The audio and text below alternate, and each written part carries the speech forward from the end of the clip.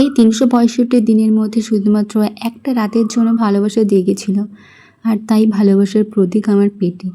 হ্যাঁ, আমি প্রেগনেন্ট, আমি তোমার সন্তানের মা হতে চলেছি, কিন্তু এই বাচ্চা আমি চাই না। ম্যারেজটা কন্ট্যাক্ট ম্যারেজ ছিল, বিয়ের সাথে যুক্ত আমি কোনো কিছুই রাখবো না। আমি অ্যাবর্শন করাবো।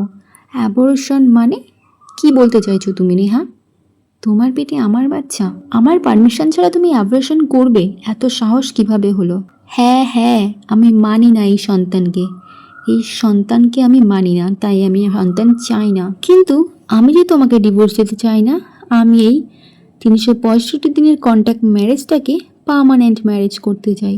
আপনি বিয়েটা রাখতে চান মানে? আপনি এই বাচ্চাটাকে রাখতে চান মানে? আমার জীবনে আমি ডিসাইড করব আমি বাচ্চাটা রাখবো কি না। নেহা, না নেহা, তুমি অ্যাবর্শন করবে না, আমি এই বাচ্চাটাকে চাই। নেহা প্লিজ, যে কোনো কিছুর বিনিময়ে আমি তোমার এই বাচ্চাটাকে চাই। কত টাকা দিলে তুমি এই বাচ্চাটাকে রাখবে? টাকা? আপনি টাকার গরম দেখাচ্ছেন আমাকে? শুনুন অনিমেষ বাবু, এই টাকা দিয়ে আপনি নেহাকে কখনোই কিনতে পারবেন না। পৃথিবীর কোনো শক্তির ক্ষমতা নেই আমায় টাকা দিয়ে কিনবে। আমি ডিভোর্স চাই, আমি ডিভোর্স চাই অনিমেষ বাবু। আমি এই বিয়েটা টিকিয়ে রাখতে চাই না, জাস্ট বিকজ আপনার সন্তান আমার পেটে। শুধু এই জন্যই এই বিয়েটা টিকিয়ে রাখতে হবে? কোথায় ছিলেন আপনি এতদিন?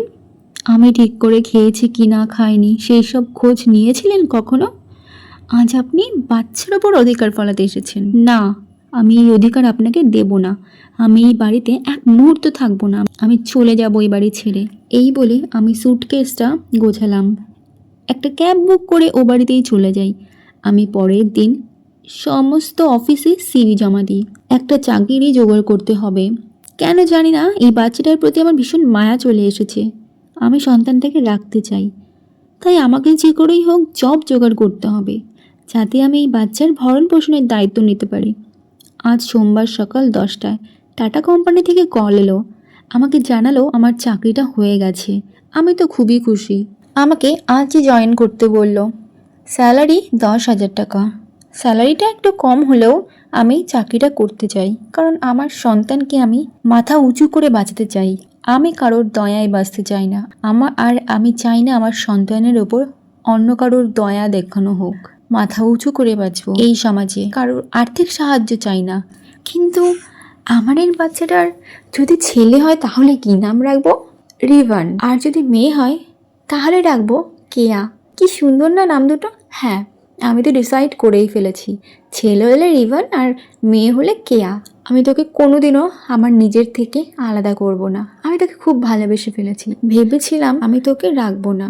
কিন্তু তুই রাগ করিস না, ওগুলো সব অভিমানের থেকে বলেছিলাম।